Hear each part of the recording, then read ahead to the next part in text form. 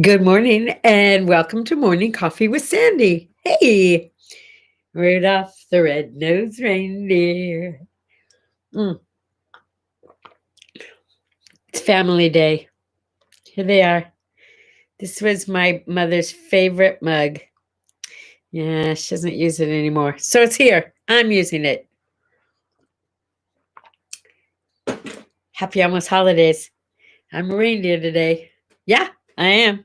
I was thinking about it, and I did grow up in a neighborhood where Christmas was not the holiday. It's like a few people celebrated it, but not on my block kind of thing. But we always had a holiday show in elementary school, where each class performed. And I always had a solo because that's the kind of kid I was, I guess.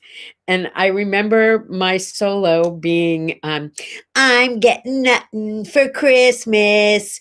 Mommy and Daddy are mad. Boy, are they mad.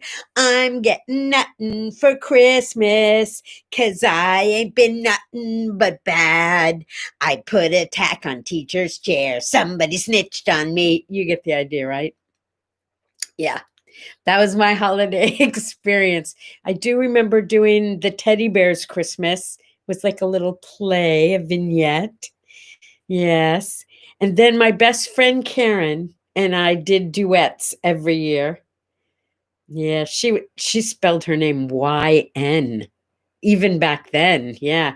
She became a very famous producer in Hollywood.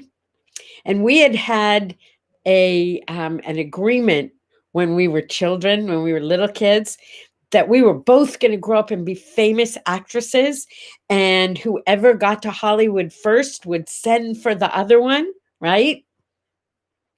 So I lost track of her over the years, and then I found out that she was working. I don't want to get personal here. She was working on a very famous TV show as the producer. Her company was the production company. And I was working in television at the time. And I thought, oh my God, this is so perfect. We're both here in Hollywood. She's on a different level than I am, but that's okay. We're both here in Hollywood. How fun is that? We're both doing what we said we were going to do. So I called her production company. And I spoke to one of her assistants and I said, hi, that was the dog who just came in case you were wondering what that was. Good morning, Bailey. Anyway, I called her office. One of her assistants answered the phone, and the message I left was very sweet. It was, please tell Karen, and I left my maiden name, that I called, and the miracle is we both made it to Hollywood, and I would love to talk to her and play catch up. And then I waited to hear from her. And I got a message from her, and the message was as follows. She's very busy. She's a very busy woman. And if what I'm calling about is a backstage tour, she'll see if she can get it arranged for me. That was the message. Yeah. So I said, please tell her that I actually work in Hollywood. I don't need a tour. And thank you for taking those seconds out of her busy day to respond to me. I was so hurt. I was so hurt. Oh, well, I guess sometimes people get bigger and they don't get better. And sometimes people get bigger and better. So here's to those of you who have grown up and gotten better and kinder and smarter. Yeah. Okay, it's Roots Day. So this is a good day to start to do your genealogy, find out where you came from. I found out from 23andMe that I am exactly what I thought I was. But we did have like a little scare, if you want to call it that, in our family, because my children both did 23andMe. And they both got notifications that 23andMe had located a first cousin that we didn't know about. So what does that mean? If you have a first cousin that you don't know about, somebody's been fooling around, right? So it was like hilarious. They knew it wasn't me. It couldn't be me. I mean, because I would have had that child, right? Oh, well, I guess it could have been me. No, that would have been a full sibling. So it couldn't be me. Anyway, we figured out all the people in the family that it could be that would have given them a first cousin, right? Yeah. And then we solved the mystery and we figured out that my children's birth father's father was divorced and remarried, and he probably had another child because it wasn't anybody that, could have gotten in trouble for it, right? Pretty exciting, though, to be able to trace your genealogy and have suddenly people pop up. Rhonda, if you're out there watching, I have a cousin who found me on 23andMe, and we started chatting back and forth to figure out, how are we related? If we have this much DNA that we share, how are we related? And we found out that her grandfather and my grandfather were brothers. So we really are that close. Isn't that cool? We haven't met yet because this happened during the pandemic, but we have an agreement to meet when the pandemic is over. My new cousin. Good morning. Shopping. What kind of shopping are you doing? Opa says she's listening while she shops. A little last minute Christmas shopping to do. I like that. It is, this is a warning to everyone. Warning, warning, warning. Should be yellow tape across everything. Today is National Pfeffernusse Day. Pfeffernusse is a German spice cookie. Now, why is there a warning? In and of themselves, they're probably delicious little cookies. But here's the warning now. They look almost identical to Mexican wedding cookies, or otherwise known as pecan sandies, one of my favorite cookies on the planet. Don't get fooled. If you eat the pfeffernusse, they're spice cookies. They are not pecan butter cookies. So you're going to be very disappointed if you take a bite and expect something else. So pfeffernusse, good by themselves. Not knocking the pfeffernusse. Today is Pfeffernusse Day. Go have yourself some spice cookies. It's also the anniversary of the day that Vincent van Gogh cut off his left ear.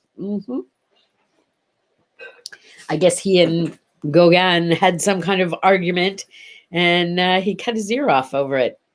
Personally, I'd say that's a lose-lose all the way around. Today in 1947, not that many years ago, the transistor was invented. Now, why would I care? Why would I celebrate it? Well, we use transistors in so much. But my dad used to work in that field. He was originally, before he was in the space industry, he was an electrical engineer working with transistors and building all those little pieces to put that giant room-sized computer into working condition. And I remember, because he was in technology, he would bring home all these cutting edge things for us to see and play with. And when I was just a kid, he would bring home, I remember he brought home a reel-to-reel tape recorder that was like a portable reel-to-reel tape recorder. Boy, did we have fun with that. Yeah, and transistor radios. I mean, all kinds of things that were like, he brought home a record player that was like this big. Yeah, it was really cool. So he would get all these inventions and bring them home, and that was fun. I like that. I miss my daddy. Speaking of that, yeah, I started thinking about nicknames. Like, what do you call your dad? What do you call your mom? Father, Poppykins, Daddy, Pops. What do you call your dad? And how about your mom? What'd you call her? My mother now is Mommykins, Oh, Mamikins. Yeah, I don't recall ever calling my mother mother unless I was angry at her. Oh, mother! It was kind of like when she was angry at me, and I'd be Sandra Lee. That's the only time anyone ever used my full name, right? Yeah. What do you call your mom? What do you call your dad? How'd you refer to your grandma and your grandpa? And I mean, my mother has like so many different names: Gigi, Bubby, great grandma, uh, Granny. I mean, so many. Mimi. What is Mimi for? Meme. Meme. Yeah. Um, my father called his grandma Grammy his Großmutter. I don't know. Anyway, what's in a name, right? Um, Happy birthday wishes. Susan Lucci. You know who she is from All My Children? So beautiful. So beautiful. I remember cousins, Julie, Cheryl, if you're out there, hi. My cousins from Chicago were out visiting. This is a lot of years ago because I was still doing television at the time and working. They loved Days of Our Lives. So Susan Lucci was like a goddess to them, right? And she worked at the same studio that I did. So consequently, I would see her at lunch all the time. And I remember taking them to lunch where I knew she would be so they could have that thrill. This is a close encounter of the first kind. This is not an I talked to her. I never spoke to her, but we just had lunch at the same place every day. Another close encounter because he was always at that studio too. And it's also his birthday today, although I believe he passed away. I hate to say that just in case I'm wrong. Billy Barty. Do you remember Billy Barty? Billy Barty was, I mean, they like called him the mayor. I mean, he was like in the middle of everything. He was also a little person. Speaking of little people, I think I told you that my son did some research and found out that in the state of California, if you are under 4'10", and by the way, I am 4'10", I am not under 4'10". He says 4'10" and under, you qualify as a little person, and you can actually get a handicap sticker for your car, so you can park wherever you want. I know sometimes it's an issue that I'm short, but I don't consider it a handicap. And I know my friends don't either. Also, Victor Borges' birthday. Do you know who he is? He was a marvelous pianist, but he was also a comedian. And the combination was absolutely precious. He used to do this thing. There was another guy who did it too, but he, I believe, is the one who started it. And it was speaking as if punctuation had sounds. So he would talk to you and ask you a question like, "Are you okay?" "I'm fine." Boom. And but he would do like these whole speeches and speak his punctuation with sounds. And I don't know, maybe it sounds stupid, but it was really cool. He was a funny guy. All right, nicknames. Think about that today. Get some good nicknames. And get ready because it's almost Christmas. Appreciate your family day. Good health.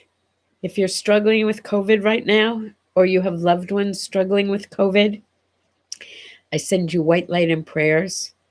I send you peace and comfort. Be safe, my friends. Until tomorrow, bye-bye.